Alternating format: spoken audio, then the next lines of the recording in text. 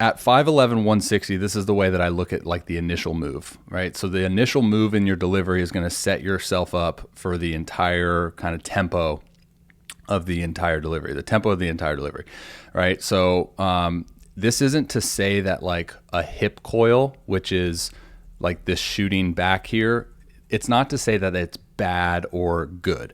I look at like a hip coil and a trunk tilt in such a way that helps aid in loading up the drive leg.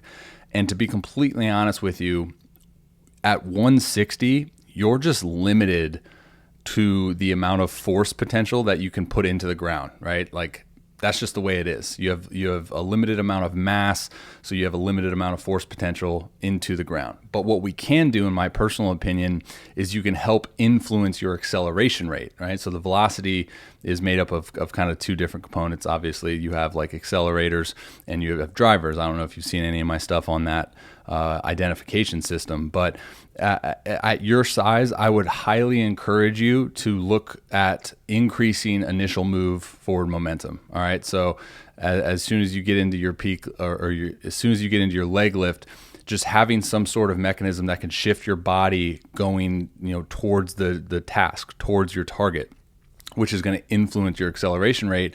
And it's also going to influence another piece in your delivery that, in my opinion, is the biggest breakdown. As we see you come in, I love where your hand path is. I like your arm action. Drive leg leaks a little bit.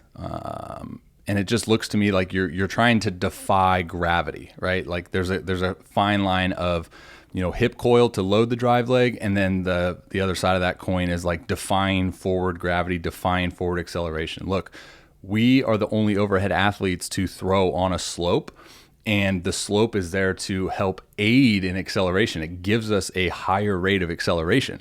We want to utilize that, right? So we want to control center mass and allow us to use gravity to influence a greater rate of acceleration down into the mound and down into your anchor point. So I think what you're doing is there's this fine line of like buying time.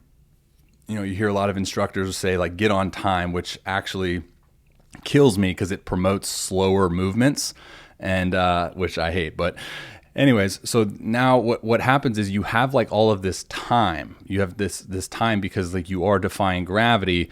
So what I see here is your pelvis is leaking rotation, so it leaks early. That's a good recognition that I use for that kind of breakdown is this thing I call rotation into front foot strike rather than rotation then front foot strike. Okay, so you can see here that you complete like full rotation of that front foot and then you fall. So rotation into or rotation then front foot strike rather than rotation into front foot strike. So you'll see a lot of context within this on the report for you to get a better understanding. But I like to kind of teach, this snapping of the pelvis. It's basically like when we enter the drive phase, we're building up rotational energy, right?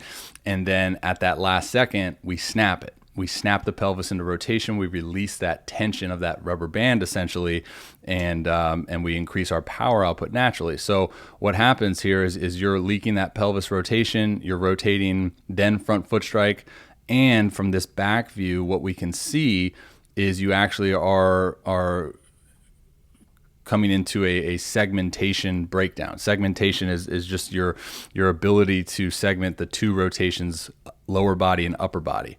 So very common breakdown, but it's extremely like this is the biggest thing for you, man, is just being able to get this thing down. Okay, so I'm looking at your lower body rotation. You actually initiate that decently on time. You can actually see that you're over rotating a little bit in reference to what I was saying about the pelvis. I have a good video on that in the report you'll find, but a little over rotation, leaking, and now you can see as you come into your anchor point, which is full front foot strike, you can see that now your trunk and your hips just move together, right? So you don't create that segmentation, you don't create disassociation between the two, which is going to limit the amount of power output. It's going to limit the amount of like energy that the body can create and use within the throw. So then you're kind of reliant to use a lot of arm within this. Again, I know this is unfair, but watch this video of Chapman here from the back. Okay. So loads drive leg, sits, and now initiates lower body rotation. So hip rotation mechanics. And now as he anchors down, the hand comes up, boom.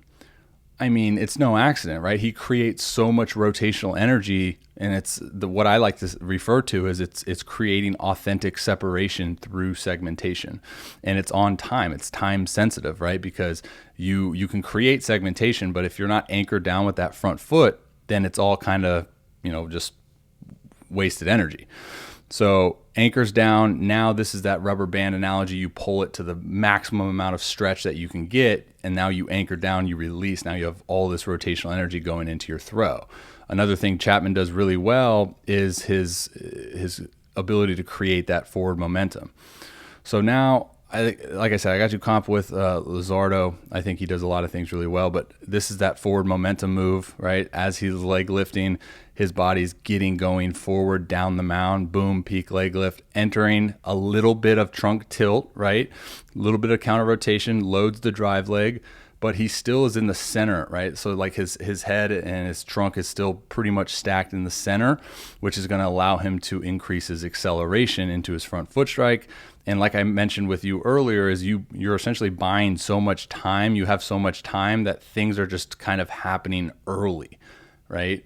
And I believe like if you increase that initial move forward momentum, increase your acceleration, you take away that time, and now things can maybe happen a little bit on time. So this is, again, rotation into front foot strike, boom, anchors down, trunk neutral, hips into rotation, creating rotational energy inside 90, boom, leverages the arm into the slot. So, we look at like arm speed, we look at velocity and all these things, and there's no such thing as, there is such a thing as arm speed, but arm speed isn't created by the arm independently. It's creating an energy flow within your body and using your body's energy to influence a greater rate of acceleration with your arm. Right now, you're reliant on, a lot of your arm because of, your limited amount of energy that you're producing within your body from a rotational energy standpoint, from a ground force energy standpoint, and from a forward acceleration standpoint, as we referred to earlier, within, you're kind of defying that gravity.